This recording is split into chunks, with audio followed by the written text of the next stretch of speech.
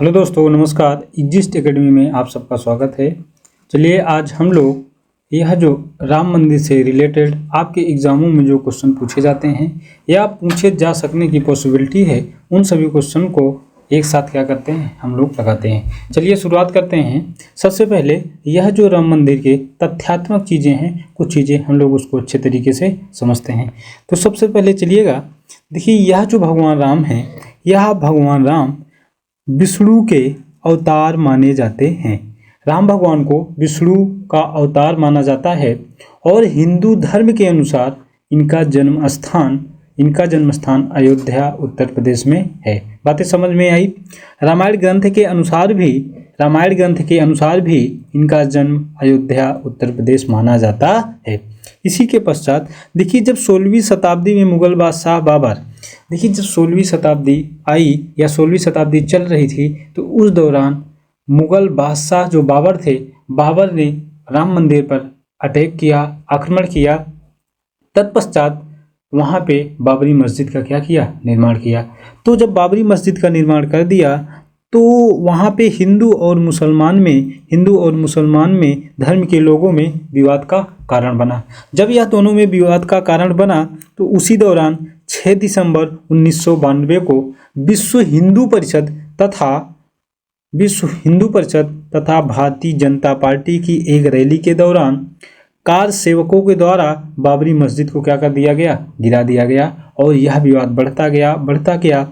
तत्पश्चात यह मामला हाई कोर्ट पहुंचा और हाई कोर्ट के बाद फाइनली यह आपका कहां पहुंच गया, सुप्रीम कोर्ट पहुंच गया। यहां तक बातें समझ में आई होंगी। चलिए अब आगे चलते हैं।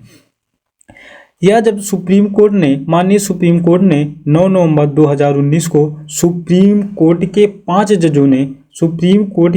जजों की जो संवैधानिक पीठ बनी थी, इस संवैधानिक पीठ में इस मामले में निर्णय भगवान राम के पक्ष में दिया गया और मुस्लिम समुदाय के लोगों के लिए मस्जिद बनाने के लिए 5 एकड़ जमीन सरकार को देने का निर्देश दिया। बातें समझ में आई।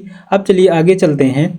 यहाँ पे मुसलमानों को 5 एकड़ जमीन अयोध्या के बगल देने का आदेश दिया गया, जबकि 2.77 जो एकड़ की जमीन थी, इस एकड़ जमीन में भगवान रामलला की क्या, मंदिर बनाने का निर्णय दिया गया, भगवान राम के पक्ष में दिया गया। बातें समझ में आई। अब समझते हैं कि यहाँ पे जो 5 जज थे, जो 5 जजों की संवैधानिक बेंच थी, उनके बारे में समझते हैं कि कौन से 5 जज थे। तो चलिए समझते हैं। एक आपके जज थे माननीय रंजन गोगोई जी। इसी तरीके से एस ए बोबड़े, इसी तरीके से डी वाई चंद्रचूड़, अशोक भूषण जी और एक आपके लास्ट में अब्दुल नज़ीर। जब 9 नवंबर 2019 को माननीय सुप्रीम कोर्ट ने अपना निर्णय फाइनल किया या निर्णय दिया राम मंदिर के पक्ष में या भगवान राम के पक्ष में दिया, तब उस समय 5 जजों की यह संवैधानिक बेंच थी। और इसमें Ranjan Gogoi, S A Bobde, D Y Chandrachud ji, Ashok Bhushan ji और अब्दुल नज़ीर जी, ये 5 जज थे। इस जज को ये मैटर जो था, इस मामले को लीड कर रहे थे माननीय रंजन गोगोई जी। इन्हीं के द्वारा यह क्या, राम मंदिर के पक्ष में, भगवान राम के पक्ष में निर्णय दिया गया और मुस्लिम समुदाय के लोगों के लिए सरकार को यह निर्देश दिया कि आप 5 एकड़ जमीन इनको मंदिर के पास अयोध्या के बगल ही क्या किया जाए, दिया जाए। बातें समझ में आई। अब चलिए आगे चलते हैं। देखिए राम मंदिर का यह जो डिजाइन है, यह सोमपुरा परिवार ने बनाया था। देखिए जो राम मंदिर का यह डिजाइन चंद्रकांत सोमपुरा, कहने का मतलब है यह जो राम मंदिर है, यह राम मंदिर के वास्तुकार कौन थे, तो यह राम मंदिर के वास्तुकार चंद्रकांत सोमपुरा जी थे। और ये अपने 2 बेटों की मदद से, एक का नाम है निखिल सोमपुरा और दूसरे का नाम है आशीष सोमपुरा, इन्हीं की मदद से इसका निर्माण कार्य किया गया। बातें समझ में आई। ये जो चंद्रकांत सोमपुरा जी का परिवार है, इन्हीं के परिवार के सदस्यों द्वारा सोमनाथ मंदिर का भी निर्माण या वास्तुकार किया गया था। बातें समझ में आई। तो अयोध्या राम मंदिर को जो डिजाइन है, जो वास्तुकार है, चंद्रकांत सोमपुरा और उनके दो बेटे निखिल सोमपुरा और आशीष सोमपुरा द्वारा किया गया। बातें समझ में आई। करा है मुख्य वास्तुकार चंद्रकांत सोमपुरा ने अपने दो बेटे निखिल सोमपुरा और आशीष सोमपुरा की सहायता से मंदिर का डिजाइन तैयार किया गया। बातें समझ में आई। यह जो सोमपुरा परिवार के द्वारा ही गुजरात के सोमनाथ में मंदिर का भी निर्माण किया गया। बात को समझिएगा। यह जो मंदिर है रामलला की मंदिर है, यह 360 फीट लंबाई में है। इसकी लंबाई 360, चौड़ाई 235 मीटर और यह ऊंचाई 161 फीट है। यह 161 फीट है। यह आपका क्या हो जाएगा, 161 फीट है। जो आपकी लंबाई है 360 फीट है, चौड़ाई 235 फीट है और इसकी ऊंचाई 161 फीट है। यहाँ तक बातें समझ में आई। यह जो रामलला जी की मूर्ति है, इसको कौन बनाया था, तो इसके मूर्तिकार कौन थे, तो इसके मूर्तिकार कर्नाटक के अरुण योगी राज जी थे। अरुण योगी राज जी हैं। बातें समझ में आई। जो मूर्तिकार थे कर्नाटक के अरुण योगी राज जी थे। बातें समझ में आई यहाँ तक। अब चलिए आगे चलते हैं। आगे क्या समझते हैं। देखिए, यह जो भगवान का नाम है रामलला है, इसकी नींव कब रखी गई, तो इसकी नींव रखी गई थी 5 अगस्त 2020 को। उद्घाटनकर्ता 22 जनवरी 2024 उद्घाटन तिथि और उद्घाटनकर्ता मोदी जी। वास्तुकार चंद्रकांत सोमपुरा। और ये आपका क्या, यहाँ एक क्वेश्चन आपका क्या गलत है। आगे चलते हैं। जो यह मंदिर का निर्माण किया, यह मंदिर का निर्माण कंपनी का नाम लर्सन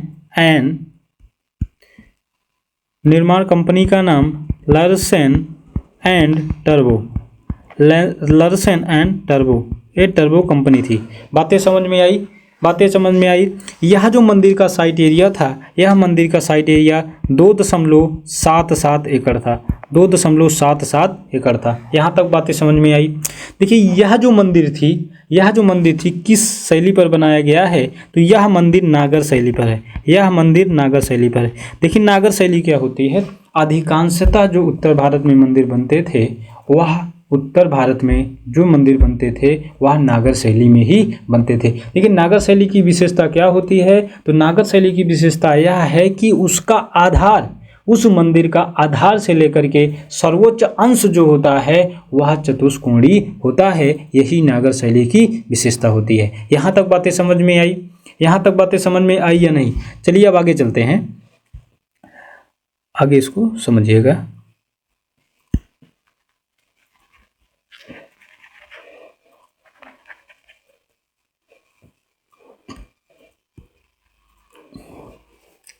देखिए, यह जो नागर शैली है, नागर शैली की कुछ और विशेषता को समझते हैं। देखिए, यह जो आपका सीढ़ी दिखाई दे रहा है, यह सीढ़ी, ये देखिए, इसे सिंह द्वार बोलते हैं। यह जो सीढ़ी है, यह सिंह द्वार है। यह सिंह द्वार की जब हम 32 सीढ़ी को चढ़ेंगे, जब सिंह द्वार की 32 सीढ़ी चढ़ेंगे तो जाकर के क्या होगा, प्रवेश होगा हमारा। ये जो आपका स्टार्टिंग में सीढ़ी के बगल वाला ये जो एरिया आपका दिखाई दे रहा है, इस एरिया को हम बोलते हैं क्या, चबूतरा। इस एरिया को हम क्या बोलते हैं, चबूतरा बोलते हैं। बातें समझ में आई।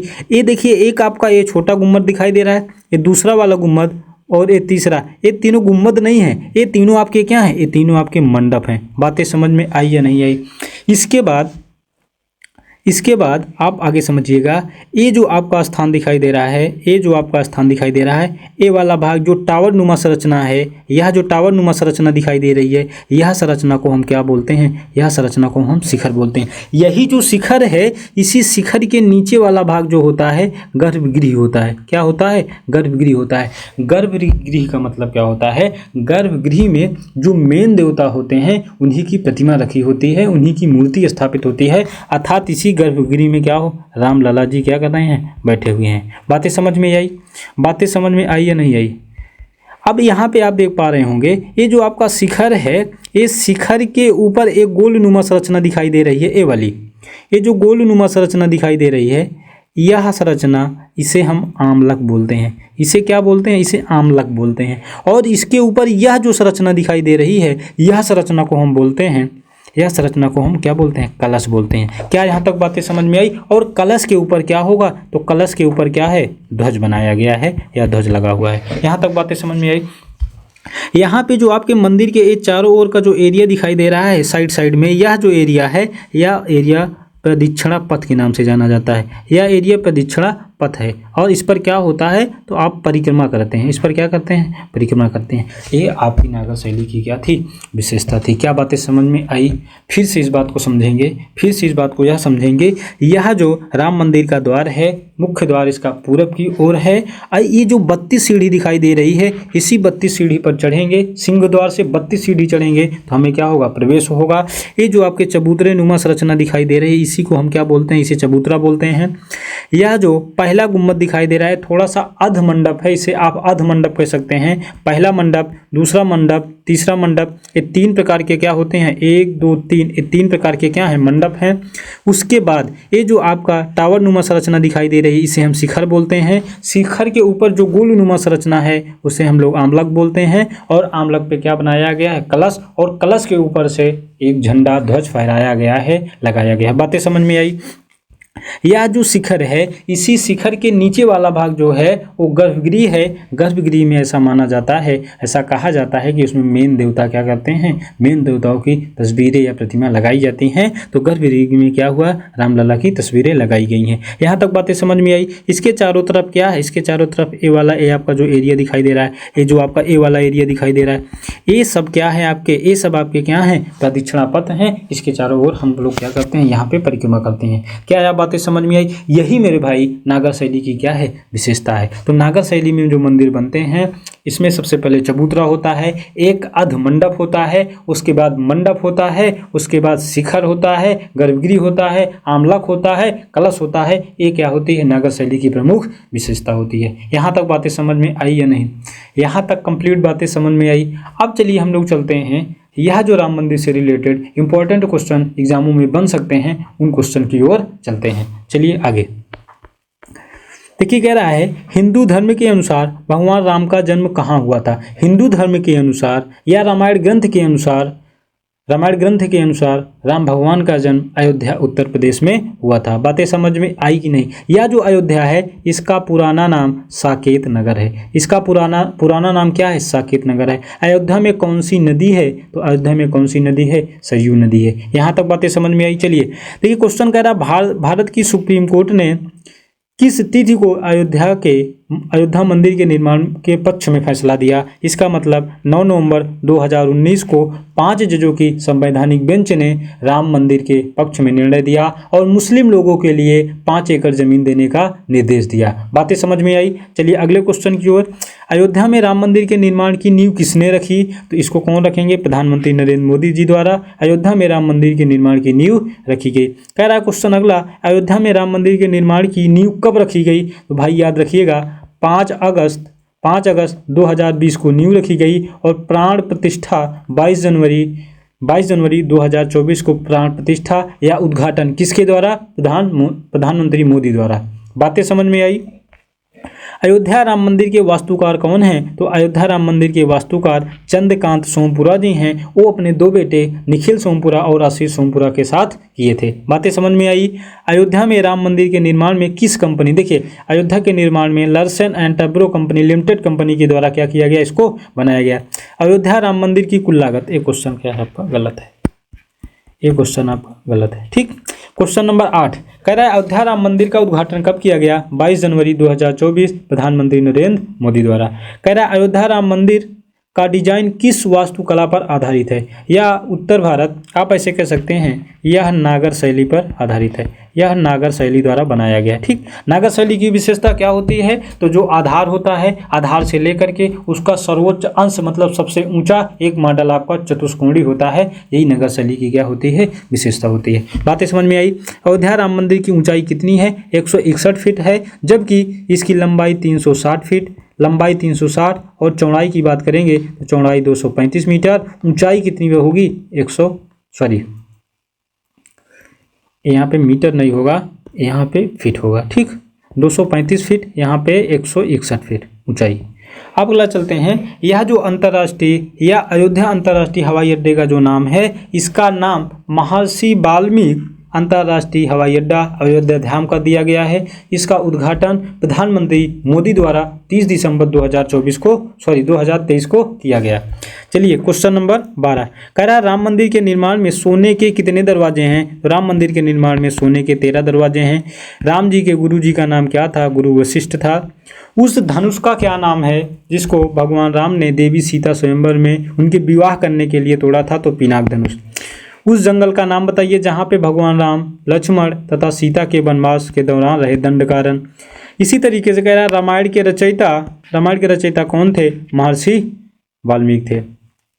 श्री राम मंदिर के गर्भगृह की जो आसनशिला है किस मार्बल से बनी है? तो यह मकराना मार्बल संगमरमर से बनी है। इसी तरीके से कह रहा है, अयोध्या के राम मंदिर में प्रवेश द्वार कैसा है? तो जो प्रवेश द्वार है पूरब की ओर है और सिंह द्वार से 32 सीढ़ी चढ़ने के पश्चात प्रवेश होगा। 32 सीढ़ी इसी तरीके से पूर्व दिशा की ओर चढ़कर प्रवेश होगा।